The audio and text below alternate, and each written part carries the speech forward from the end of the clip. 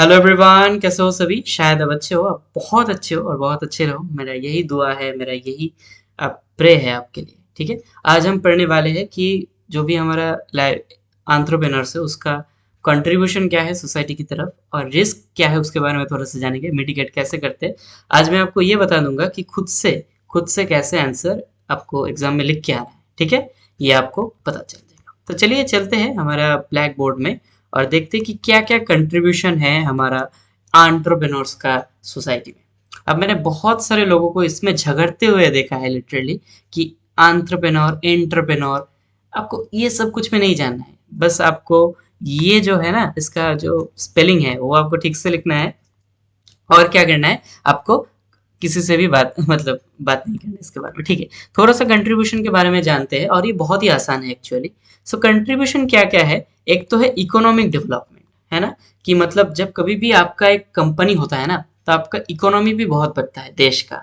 ये होता है ना, जिसकी मतलब फ्लिपकार्ट एक बहुत बड़ा कंपनी है, तो ये जहां पर भी खोलेगा ना, उस देश का इकोनॉमी बहुत डेवलप हो जाएगा। बिकॉज नया जॉब क्रिएट होगा, नया वेल्थ क्रिएट होगा। हाँ, टैक्स पे करेगा गवर्नमेंट को, उससे भी बहुत रेवेन्यू आता है गवर्नमेंट। ठीक है, सो इकोनॉमिक डेवलपमेंट होता है। और ये सब कुछ मैं जो पॉइंट बता रहा हूँ ना, आपको एक एग्जाम्पल लिख देना है। जैसे कि मैं बता रहा हूँ, जैसे कि इस केस में है फ्लिपकार्ट का एग्जाम्पल, तो आप बता सकते हो कि Flipkart is a very big company and it have a billionaire company actually. So उसी के लिंक में आता है वेल्थ क्रिएशन। वेल्थ भी क्रिएट होता है ना, पैसा भी बहुत आता है, सरकार के पास भी बहुत कुछ आता है। अब जब कभी भी आप कोई कंपनी खोलोगे, आप एंटरप्रेन्योर बन जाओगे ना, एंटरप्रेन्योर बन जाओगे, उसके बाद जॉब क्रिएट कर सकोगे आप, है? आप अगर एक मोमो और एग रोल का भी दुकान दे रहे हो ना, तो उसके लिए दो लोगों को आप जॉब दे सकते हो लिटरली। सो जॉब क्रिएशन भी होता है। और इनोवेशन और टेक्नोलॉजी, नया नया टेक्नोलॉजीज आता है ना। फ्लिपकार्ट में आज सर्च का ऑप्शन आ गया, आज एआई से कुछ भी कर रहे हैं हम, चैट से बता रहे हैं कि क्या क्या होता है और क्या क्या नहीं, ये सब कुछ आता है। अब सोशल ट्रांसफॉर्मेशन भी होता है। अब ये बहुत इंपॉर्टेंट पॉइंट है और ये लोग नहीं लिखते हैं। जैसे कि पैडमैन, है ना, आपने पैडमैन मूवी देखा है ना अक्षय कुमार का। तो वो क्या करता है, वो जो भी आदमी था, वो बहुत कम प्राइस में सैनिटरी पैड्स बनाता था। अब इससे क्या हो गया, सोशल ट्रांसफॉर्मेशन हो गया, ताकि बहुत सारे गरीब लोग होते हैं ना, गरीब लोग, मिडिल क्लास लोग, और बहुत सारे ऐसे लोग होते हैं जिसको मतलब बहुत ही जो कॉस्टली पैड्स आता है वो नहीं खरीद सकते, लेकिन कम दाम में भी अगर आपको अच्छा पैड मिल रहा है, सैनिटरी पैड्स आपको अच्छा मिल रहा है, तो वो खरीदेंगे और वो यूज भी करेंगे, तो सोशल ट्रांसफॉर्मेशन भी होगा। ठीक है, जैसे कि एड टेक में पीडब्ल्यू ने भी ऐसा कुछ किया है, सोशल ट्रांसफॉर्मेशन किया है ना, मतलब बहुत सारे कम प्राइस में आपको एजुकेशन कंटेंट प्रोवाइड करता है, फ्री कंटेंट प्रोवाइड करता है। सो सोशली भी ट्रांसफॉर्म होता है बहुत सारे। ठीक है, ठीक। अब सर रिस्क क्या है। सर रिस्क तो हम बहुत सुनते हैं कि रिस्क लेना चाहिए, माउंटेन ड्यू खाओ और रिस्क लो। ठीक है, ऐसा कुछ हम सुनते हैं। ठीक है, रिस्क क्या होता है। रिस्क कुछ भी नहीं होता है बेटा। आपको जब कभी भी आपका एग्जाम पे क्वेश्चन आए, तो आपको ये वर्ड लिखना है, अनसर्टेनिटी। ये जो पॉइंट है आपको ये लिखना है, अनसर्टेनिटी बिजनेस।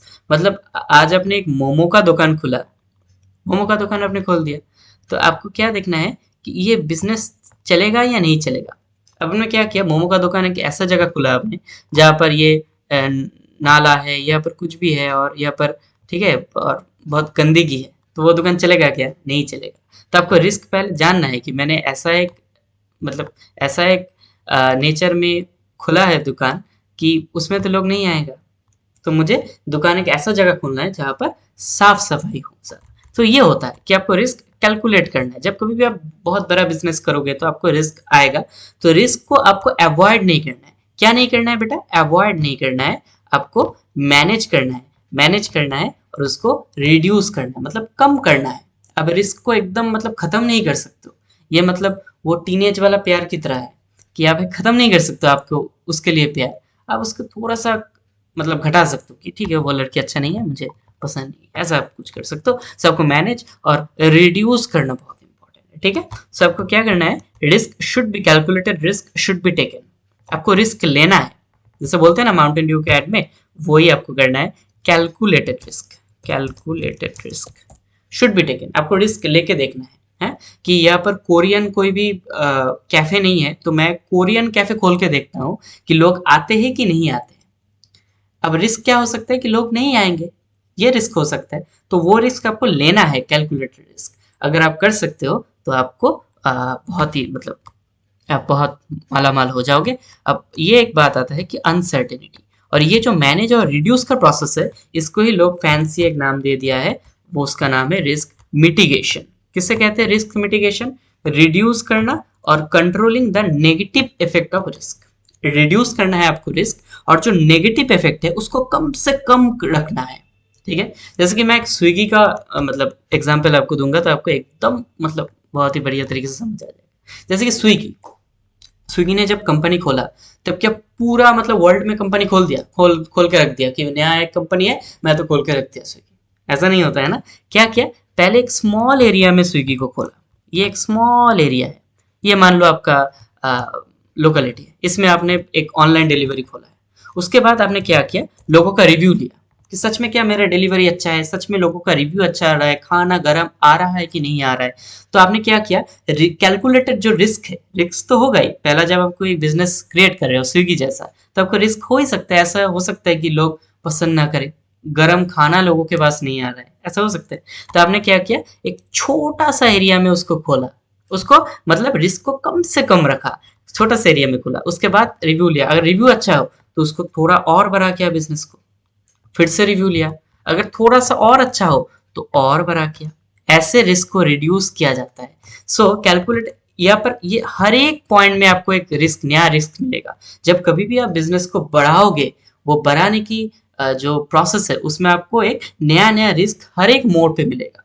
इससे क्या क्या हो गया कि आप हर एक मोड़ में रिस्क आपको मिल रहा है, आप रिस्क को सॉल्व कर रहे हो, उसके बाद ही आप आगे बढ़ रहे हो। ऐसा नहीं है कि आपने एक ऐसा बड़ा आइडिया में इसको खोल दिया और बहुत सारा एकदम टेंशन आपके दिमाग में आ गया कि यहाँ पर तो 10 रिस्क चलाया है, ठीक है, 10 रिस्क चलाया, मैं कैसे प्रॉब्लम को सॉल्व करूँ? ऐसा आपको नहीं करना है, कैलकुलेट करना है, उसके बाद बहुत आसानी से आपको ये ठीक करना है। So reducing and controlling the negative effect of risk, इसी हम कहते हैं रिस्क मिटिगेशन। अब एक और बात है कि हमने एक चीज़ पढ़ा था ना कि यहाँ पर एक पायरेसी का भी ऑप्शन है कि आपका जो काम है वो चोरी भी हो सकता है। मतलब आप किसी आइडिया में काम कर रहे हो, वो आइडिया क्या हो सकता है, चोरी भी हो सकता है। ये जो चोरी वाला कॉन्सेप्ट है ना, ये जो कॉन्सेप्ट है, इसको भी अगर आपको बचाना है तो आपको क्या करना है, आपको रिस्क को मिटिगेट करना है। रिस्क, ये एक रिस्क हो सकता है कि आप एक आइडिया ले रहे हो और कोई दूसरा उसको चोरी करके ले गया, ये भी एक रिस्क हो सकता है। सर आप इसको मिटिगेट कैसे करें, मतलब कम कैसे करें?